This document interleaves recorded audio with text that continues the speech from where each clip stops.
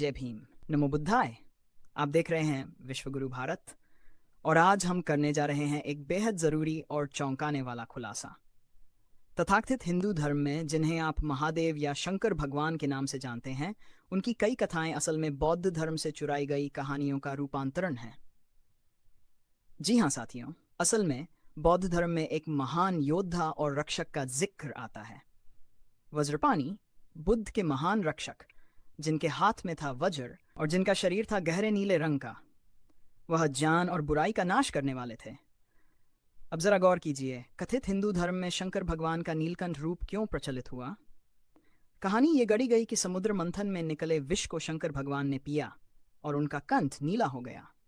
लेकिन सोचिए, वज्रपाणि का शरीर पहले से ही नीला था, वह भी बुराई को नष्ट करने वाले योद्धा थे, और इधर समुद्र मंथन में निकले विष को पीकर शंकर का गला नीला बना दिया गया। यह सीधा सीधा बौद्ध प्रतीकों की नकल नहीं तो और क्या है। समुद्र मंथन की कथा भी मूलतः बौद्ध ग्रंथों से ली गई, जहां देवता और असुर मिलखम यानी धर्म, जान और अमृत की खोज करते हैं। मूल कथा में अमृत यानी जान था, लेकिन बाद में इस जान को भौतिक अमृत यानी अमृत का पेय बना दिया गया, और इस खोज में पैदा हुई जहरीली चीजों, विष की बात गढ़ दी गई, जिसे शंकर ने पीकर महानता का प्रतीक बना लिया गया। असल में जहां वज्रपाणि बौद्ध धम्म के रक्षक थे, उन्हें तोड़ मरोड़ कर शंकर का रूप रच दिया गया। जहां वज्रपाणि का नीला शरीर सत्य और शक्ति का प्रतीक था, वहां शंकर को नीलकंठ बनाकर एक नई कहानी खड़ी कर दी गई। यही नहीं, जहां बौद्ध धर्म करुणा, तर्क और मुक्ति का रास्ता दिखाता था, वहीं बाद के काल में इन कहानियों के जरिए अंधविश्वास, चमत्कार और कर्मकांड को बढ़ावा दिया गया। अब समय है सच को जानने का।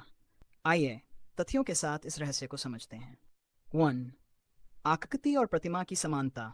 वज्रपाणि को बौद्ध ग्रंथों में एक ऐसे रक्षक के रूप में चित्रित किया गया है जो हाथ में वज्र यानी बिजली जैसा शस्त्र लिए हुए है, गुस्से में भरा चेहरा, खुली जटाएं, गले में सांप के आकार की माला या आखाल का वस्त्र। अब जरा सोचिए, यही विवरण किसकी याद दिलाता है? शिव महादेव, जटाधारी, गले में नाग, बाघंबरधारी और रौद्र रूपधारी। क्रोधी और रक्षक का रूप। वज्रपाणि का चरित्र बौद्ध धर्म में उन शक्तियों का प्रतिनिधित्व करता है जो अधर्म का नाश करती हैं और धर्म की रक्षा करती हैं। उनकी मुद्रा रौद्र है पर लक्ष्य करुणा है। ठीक उसी तरह हिंदू कथाओं में रुद्र या महादेव का स्वरूप करा गया, जो क्रोधी है पर संरक्षण देने वाले भी हैं। तीसरी आंख का विचार। वज्रपाणि की छवियों में कई जगह उनके माथे पर तेजस्वी चिन्ह दर्शाया गया है, जो उनकी दिव्य दृष्टि और आंतरिक ज्ञान का प्रतीक है। इसी विचार को बाद में महादेव की तीसरी आंख में बदल दिया गया, जिसे शिव का जान और संहार शक्ति दिखाने का प्रयास किया गया।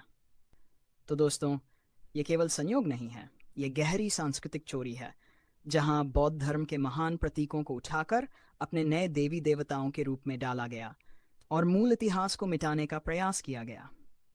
समुद्र मंथन और नीलकंठ जैसी बात की कहानियां गढ़कर असली प्रेरणा स्रोत को छिपा दिया गया।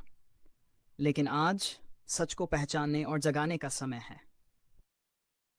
आइए ज्ञान के दीप जलाएं, सत्य का साथ दें और अपने ऐतिहासिक बौद्ध विरासत पर गर्व करें। तो साथियों, अगर आप भी चाहते हैं कि ये सत्य हर कोने तक पहुंचे, तो इस वीडियो को अभी लाइक करें, शेयर करें और हमारे चैनल विश्व गुरु भारत को सब्सक्राइब करें।